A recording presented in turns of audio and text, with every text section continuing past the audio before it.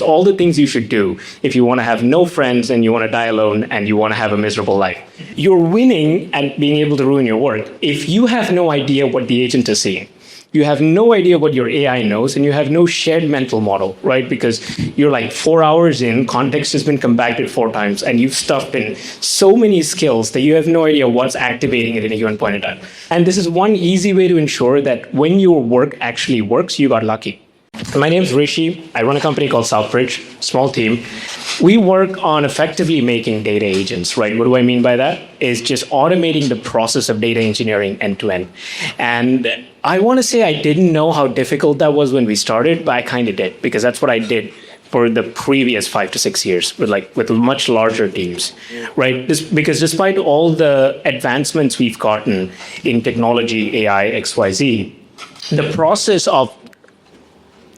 of solving data problems has just been very, very manual, because it takes a human to look at information, figure out what's an outlier, what's not, what works, what doesn't, what's intent, and what's not, right? So we started out and we started building sort of transformation systems. And today we work with companies to, think tanks to build sort of code books for health data. We work with people to sort of join up SEC filings, large-scale database migrations, and sort of solving ingest. For the last sort of, let's say 6 months, the primary North Star has been ingest. How do you solve the problem of bringing new data coming into a company that can be new customer, new data set if you're doing research, and bring it into your systems with no mistakes, right? So we'll talk about that more. So in the last, a year, what's kind of happened is models have gone from junior dev, junior intern to being oh, you're so smart, I don't even know how you work here. But what's also happened at the same time, this is relevant to us, is the amount of information they can see has not really gone up. Actually, it's gone down. If you look at frontier models, Gemini had 2 mil. Sorry. And then it went down to 1, right? And that's about maybe 2 megs worth of data. So at any point in time, no matter what you're using, right? You're using Cursor, you're using some complicated thing, using our thing. The model sitting on the other side is only ever seeing a megabyte worth of data at most. Past a megabyte, it actually starts degrading. Maybe past 500 kilobyte, it starts degrading, right? Which reminds you of early computer systems where you had this raw core memory where they could barely see, what was happening. So a lot of the work that we do, I want to talk about the differentiation there, because it's what we internally call sort of bottom of the stack, right? We call it hermetic, we call it bottom of the stack. And there's a massive, massive difference between sort of data engineering, which in some ways is final boss, because it tends to sit in the critical path for most companies, right? Or for most people, including me, right, as an individual. And so there's a huge difference between, say, things that you do for fun, which could be cooking sort of a soufflé for friends. And a lot of agentic development coding, even stuff that we do, sometimes tends to be in that range, because, people come to, eat your soufflé, but you can change it to cookie dough halfway through. It doesn't matter. You are the product manager. You are the consumer. You can build whatever you want. You can change your mind 2 days in. 5 days in, you hit an error. You can do something else, right? But most brownfield work, bottom of the stack work, is professional kitchen. That work needs to be delivered exactly as it needs to happen, or stuff doesn't happen, right? Or they don't ask you to work there anymore. So most of the agents we built from day one have had to be reliable, repeatable, and sort of dependable. And so this particular talk, I thought we'd kind of structure the other way around, because what we did for the last sort of 12 to 18 months that we've been around is, it's not that we started out and said, hey, we know how to make reliable agents, or we know how to do reliable work with LLMs, which are non-deterministic and so on. We paid a lot of attention, and then we learned 300 ways not to do it right? By reading the outputs and so fixing it. So we're now sitting on a lot of information on how not to do this, right? And incrementally you make progress. So the idea for this came from the fact that there's a wonderful Charlie Munger talk from a long time ago, where he was, I think, borrowing from Carson, which is how to live a life of misery, right? And it's all the things you should do if you want to have no friends and you want to die alone and you want to have a miserable life. There's also on the other side, so what someone pointed out at one point is the CIA has this, and I urge you guys to look up both. CIA has a field manual on how to sabotage enterprise operations if you're a saboteur going into another country. And it is a wonderful list of things that you shouldn't do as an enterprise, where you really literally can just find the opposite, right? It's like call a lot of meetings, take a lot of notes where nothing actually happens, right? This is how you sabotage a company. So this is just going to be a collection of ways not to leave greenfield, right? Not to leave that area where you just build fun stuff, but it never gets deployed into a critical path. It never goes into bottom of the stack. So the first one is whatever you're doing, never delete anything from context, right? Like whatever agent you're doing, whether that's an agent you're deploying or an agent you're using, like throw everything in there. Skills, as many as you can find, right? Instructions, as many as you can get. Compact the context often, like don't even notice who's compacting the context. Summarize it, add in documents, add in tooling, extensions, your hard drive, maybe throw additional stuff in, so that at any point in time, you're winning at being able to ruin your work. If you have no idea what the agent is seeing, you have no idea what your AI knows, and you have no shared mental model, right? Because you're like 4 hours in, context has been compacted 4 times, and you've stuffed in so many skills that you have no idea what's activating at any given point in time. So that's the first way to do it. The second one is to build everything greenfield, right? Whatever you're doing. And you get extra points here if the stuff you build ends up with such complexity that you have to rebuild it anytime you go back to it, right? So rule number 1 there is always build things from scratch instead of borrowing existing dependencies, right? And build it so complicated that if you stop working on it for 2 weeks and you come back to it, you have to rebuild it, right? Because new is better. Right, and this is like engineering teams even before AI. This was the thing, right? Like anytime you had something that needed to get built greenfield, like everyone would fight. I knew I would piss off engineers on my team by not giving them the greenfield project because it's fun, right? But the problem with sort of current AI is it's nothing ever leaves greenfield, right? This is a big one. Like most of our partners, including us, like this happens a lot.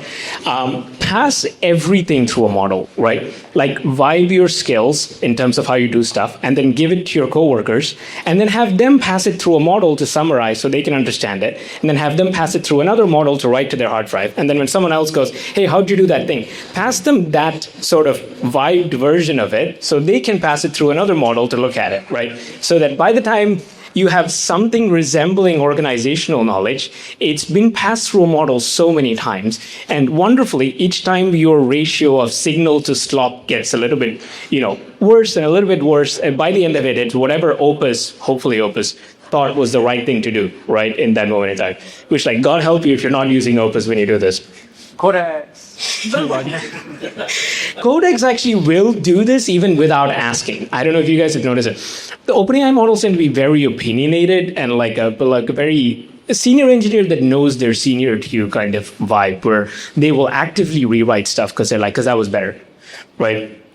Another one, and this is a big one, and I'm getting closer to the enterprise side of things, right, is don't have an abstraction layer. Mix everything, right? If anyone was part of sort of early web development, you'll know that, like, this is what PHP was, and this is what happened later on, right? Is mix everything, right? Any complex agentic workflow or system you build will have some kind of control plane, some kind of control flow, which is do this, then that, then this, and if this, then this. You'll have instructions that go into a model. You'll have some kind of evals or data that gets passed in, right? You'll have code, just regular deterministic code that executes at some point, and you'll have execution bindments. Mix all of that, because you can mix all of that now. You literally can just go to a model and be like, make the thing, and it will build you a beautiful 2-file thing where no one can tell what anything is, right? And what's the point of sort of splitting things into different groups? Next biggest one is like work in silos. This has been a thing. Like every engineer in your team, or if you're an engineer, should just be a wonderful butterfly, right? Their tooling should be like so separate, and their methods of working have to be so different that they're all just individual butterflies where like emergent work happens, and we don't necessarily know, right? And this is one easy way to ensure that when your work actually works, you got lucky, right? So that's the first side of things, right? So we're going to talk a little bit about what we're doing that's on the other side of it. How do you solve some of these problems, right? So HankWeave is this because we started building bottom first for a lot of the data work that we did. The first thing that we built was a runtime, partly because we needed it, but also because the lower down something is in your stack, the longer it needs to exist for it to accumulate fixes to get more stable. So we built that. We started building that in July of last year. 2025, yeah. 2025, right? And it was designed to stage work and be that base runtime. It was not easy to use, but it existed. And we open sourced it, 3-4 months later. And open sourcing it was not to sell it forward as a product, but so that, in a lot of ways, I say we're neuron limited because it's a small team. And it's gotten a lot more neurons and diversity onto it. And so we've now had a lot more people using it, but thankfully, just as many people complaining about it and telling me what sucks about it or where it fails, right? Because you can't really, and this is important for bottom of the stack, you can't simulate true diversity. You can't simulate the real world. You kind of have to hit market.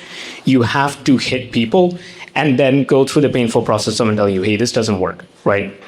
It's also where that reusable part comes in. So at Southbridge, for a lot of the work that we do, and we use Hanks, which are just our abstraction layer for AI programs, where you can separate those things and put them somewhere else.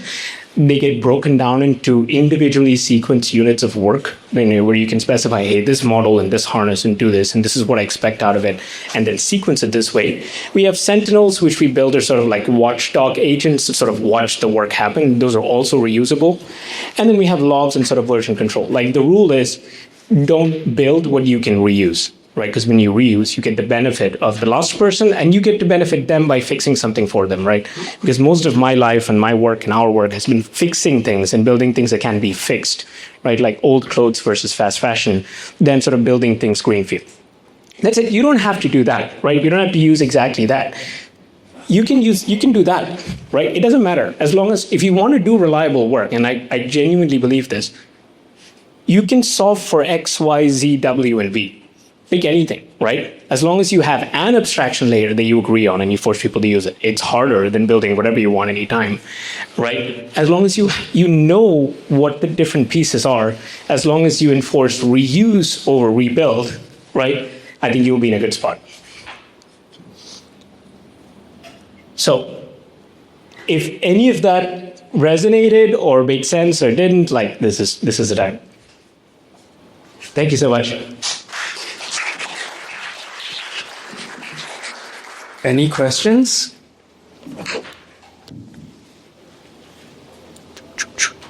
Matthew? Yeah.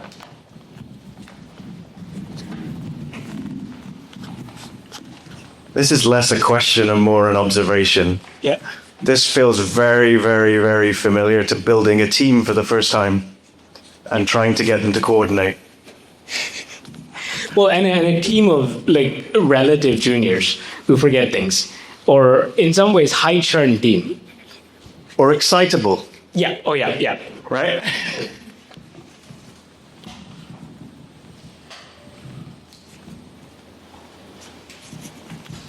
Thank you for the sharing. I particularly take the picture of how to be miserable and how to kill a company. Because lots of time when we go to conference, whatever, only the success people talk, right? This is how to lose weight or how to earn money, etc. But how to fail is good. Maybe next time we should have more failure story. I don't know how to describe it better. But that's something, again, another idea I'm working on, how to collect a group of failure projects like that. But I like that slide. Thank you. Thank you so much. Actually, if you go to our website, I think one of our most recent, it's called Building for a Year of Data AGI or something. You have to have a nice title. And it's just a list of everything we built in a year that didn't work. Every approach we tried that didn't work, right? So fun. Sorry, if you don't mind, I add on one thing. We are actually working with a university. By the way, I'm also teaching. To gather all the, I call it zombie project. All the project, a lot of time university students, they go for competition. And then they win some award. And then the project die because they need to go back to study. And then there are many, I call that zombie there. And if people looking for good idea, maybe it's there already, but nobody know where are they now, like that. So we are thinking to, group them together regionally and hopefully turn them into angel maybe. But that's another idea I want to share. Thank you. Oh, yeah, Jeremy. How many of these techniques and methods are generalizable to just building a good coding agent? Because it seems like over time, despite the models getting better, you're still relying a lot on the harness. You've identified some stuff, reuse of code is important instead of getting the model to just constantly re-abstract something new, which they like to do, writing new helper functions and such. What has stayed and why didn't some of the methods that you guys try in the past stick? Was it not betting hard enough on the model, or was there something that's fundamentally different about what you're building? Okay, man, this is a wonderful question, right? So the thing is, for a lot of the work that we do, most of what I'm talking about here actually sits one level above the coding agent, where we sort of use the coding agents as this reusable harness, right? If you ever look at HankWeave, you'll see that we actually use Claude Code Agents SDK back then. That's because we kind of realized that models, because of RL, synthetic RL now, are just co-evolving with the harnesses. So you almost can't even, that layer is just solidifying so hard because Anthropic's going to tune on the data they get from Claude Code and add in custom headers and then test within a couple of days, red, blue test and get back in. So we almost have to use the right harness for the right model. But everything I'm saying is sits on top of that. It's what gets fed into the harness and what you want to observe out of the harness. The thing that I didn't mention here, and I think somewhat related to the question, is how do you do evals, right? And how do you tune? Because evals completely changed pre and post the agentic era. It's it used to be evals were based on a single turn of an LLM call, but that doesn't matter, or doesn't work anymore. You can have 100 dual calls before there's a response. And 25% of them might be failures, but that's still the right way to go. So most of the work that we've been doing is how do you define declaratively and test for behavior instead of step-by-step success or failure, right? Meaning, what does successful behavior look like for something that's happening here? Not, and in some ways, probably somewhat connected to emotion, maybe, but yeah. So I have a question. I'm kind of a semi-outsider, but in the sense that I get is that everything changed around last August or so when you got Opus 4.1 and GPT-5, and then everything changed again in around kind of November, December when you got Opus 4.5, and then everything changed again in February. How much has changed for you? Does it sweep away everything and then suddenly you're kind of using your thinking but building again? Oh, wow, that's a great question. A lot has changed very, very often. If I just pull a few out, 3.5 sort of showed us that you can get general intelligence on tap, 3.5 turbo. 4 was the first time we were okay, we can actually prompt for longer. Reasoning models made this massive swap. 3.5 Sonnet actually was the first time that we internally went, agentic work is now becoming possible. You actually can have a model loop for a while and do things, right? Instead of being prompted every single time. And then, I don't know, was it Opus 4 or no Opus? He was at the Sonnet 4. Sonnet 4 and then Opus 4 were the ones where you were okay, you can actually have a model that has an objective rather than a problem. Right, because if you've been around in AI for long enough, you remember early work like Baby AGI and sort of some of those things, which was solve world hunger, and there's a demo doing it. Opus 4 was the first time that you had models that you could just give an objective to, which is I would like this thing to happen rather than build me a button, right? So yeah, things we have had to wipe and restart so many times, because the interesting thing is at any point in time, including now, we look at models and we know they're going to get better. But it's very hard to quantify how an improvement in intelligence will affect the stuff you do, right? If you take the smartest models you're interacting with today and you go, that model's going to be 10% smarter in 2 months, I don't know what that's like. I genuinely don't know what that's like, right? it makes fewer mistakes, sure, but intelligence is this like really weird axis that like stuff changes with the 10% change. Hopefully that's the answer. Thank you. Sorry, but I have another question. You mentioned context window, and I look at like, 1 million tokens, etc. But then I'm looking at the research that says actually it's only about 100,000 if you do these haystack tests. What are you seeing on that? So that's a really good question, right? Because like haystack is testing for sort of discontiguous retrieval, right? Which is not as common to what we do, right? Say, for example, LLM, same as humans, tend to encode information very sparsely. What I mean by that is I've right now been talking for 30 seconds, and I've largely only said one thing, right? I've not stuffed 20 factoids in there for you to retrieve. So our brains and LLMs thankfully work similarly. So when it comes to LLMs, you can get it from our test 400-500 easy, as long as you're on the same problem and everything kind of follows as a causal chain, right? Like, I walked in here, I came in here, I set up my laptop, and I sort of gave a talk. Those things are all connected. And LLMs tend to still be like up to 500K tokens, 600K tokens are pretty good from our test. At least frontier models are. But if I stuffed those 500K or even 100K tokens with just completely unrelated facts and then try to get intelligence out of it, it will struggle. In terms of practical use, you can get up to 400 is what we're seeing.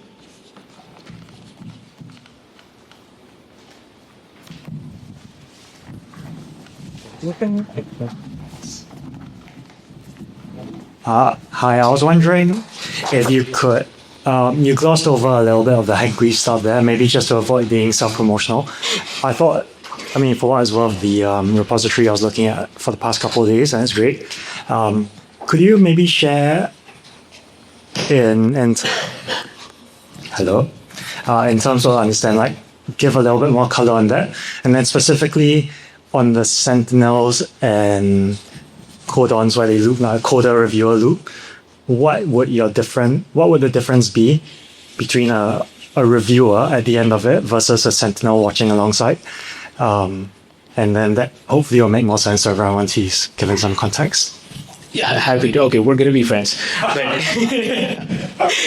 happy to, right? So overall, for everyone who's not necessarily looked at HankWeave, it started out as a project internally that we called sealed agents, which was effectively, can you put an agent in a box and then have it work for a while? These days, you might hear it through software factories as people talk about that pattern.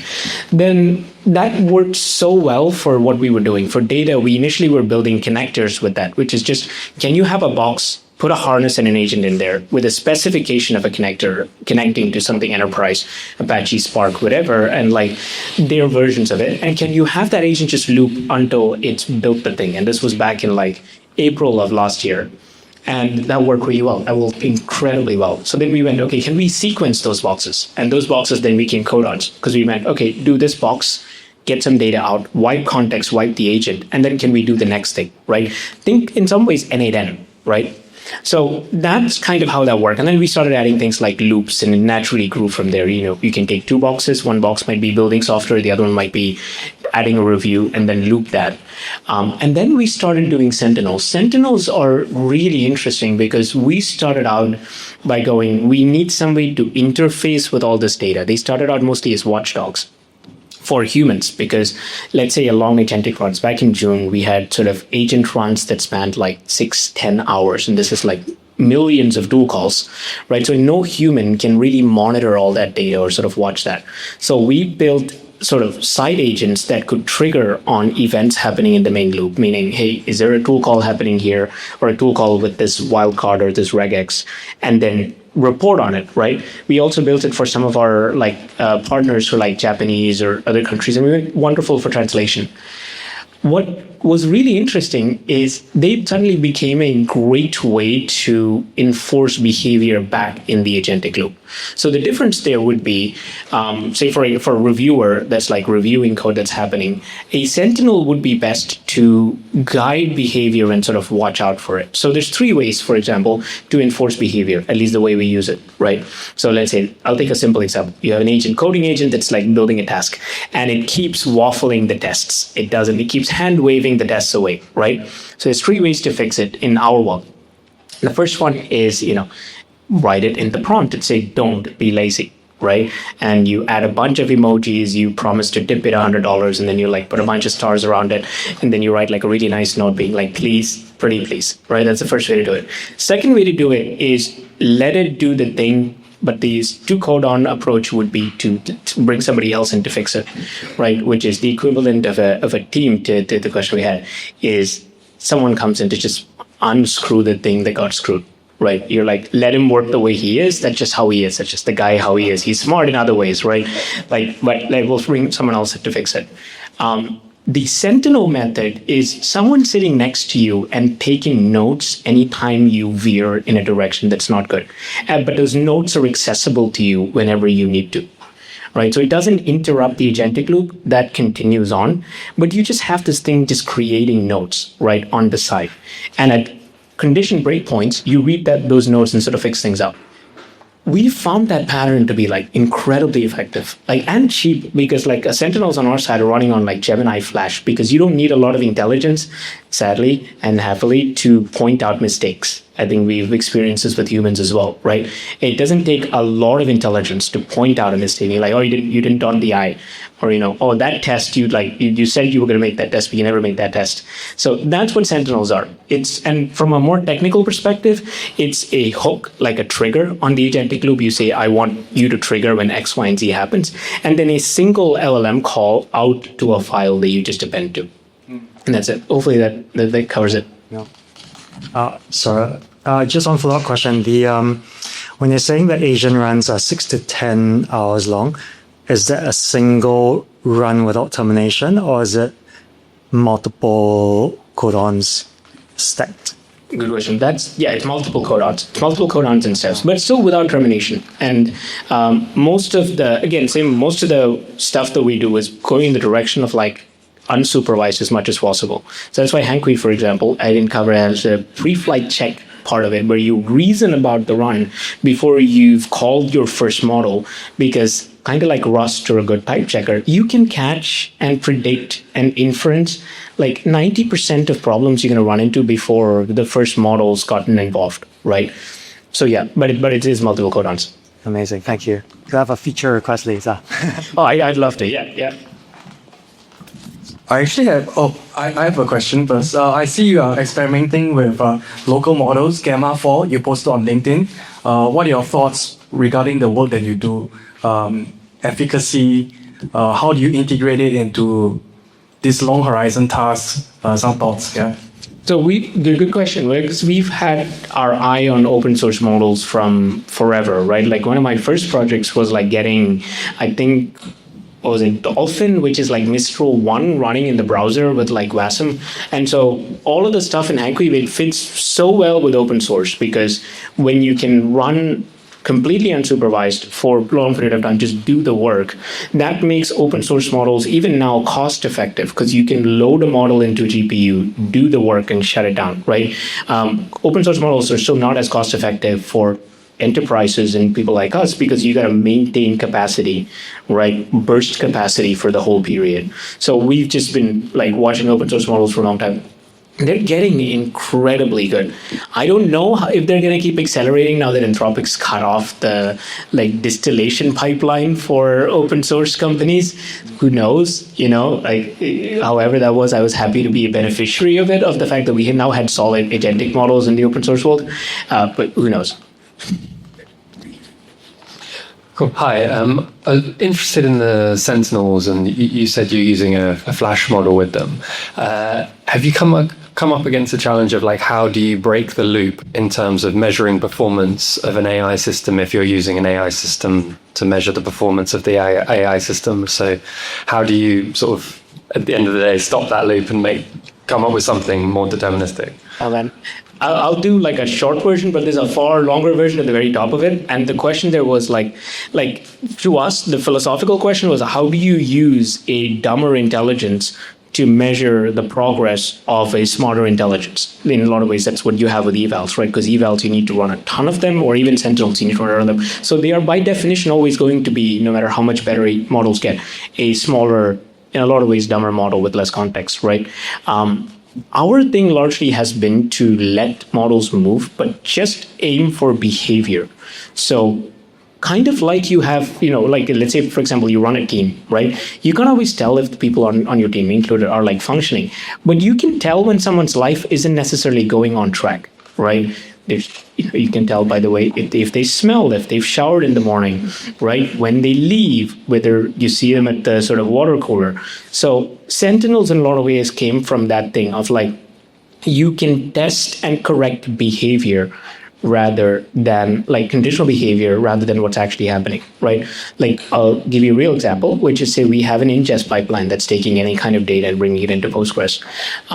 I reasonably can't tell you what a good or wrong, right or wrong call would be in sort of the individual tool calls, but I can tell you what a correct path looks like, and I can tell you what a wrong path would have in that path, right? Like you're reading things outside, you are not making enough calls to the database. Most of your calls are going into one section rather than distributed, right? Nicely distributed, so on and so forth. So sentinels are, for our solution, and I'm not saying this is the right one, but it's worked so far for us, is to just find and solve for behaviors that you'd see if things were going well or not.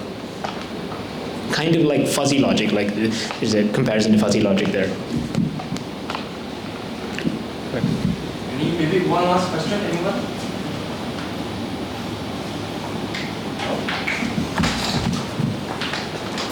All right, a round of applause for Rishi. Thank you.